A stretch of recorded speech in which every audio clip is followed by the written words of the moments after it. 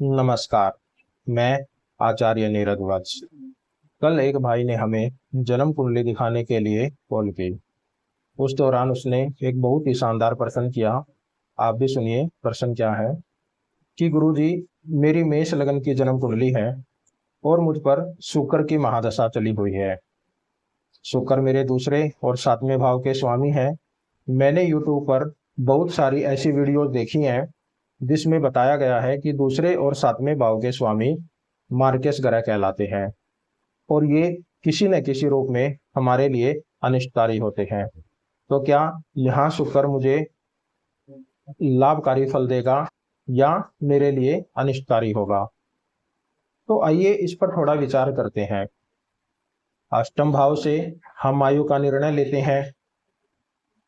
अष्टम से अष्टम अर्थात तीसरे भाव से भी हम आयु का निर्णय लेते हैं और इनके द्वादश भाव अर्थात तीसरे का द्वादश दूसरा और अष्टम का द्वादश सप्तम भाव, इन्हीं को कहते हैं मारक भाव।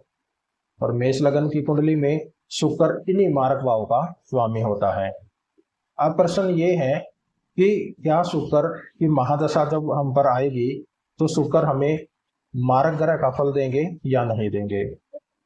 तो याद रखिए, महर्षि पाराशर का एक बहुत ही जबरदस्त और प्यारा सूत्र कि जब शुक्र की महादशा में शुक्र का अंतर आएगा तो उस समय शुक्र हमें मारक ग्रह का फल नहीं देंगे, हमारे लिए लाभकारी होंगे।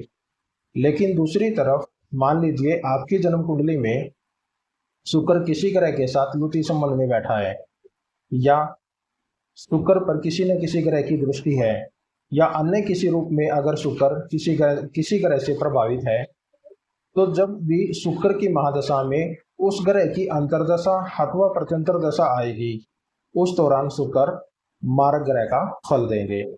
अर्थात कहीं ना कहीं हमें संकटों का सामना उस समय करना पड़ेगा, न कि अपनी महादशा एवं अंतर्दशा के दौरान। राधे राधे।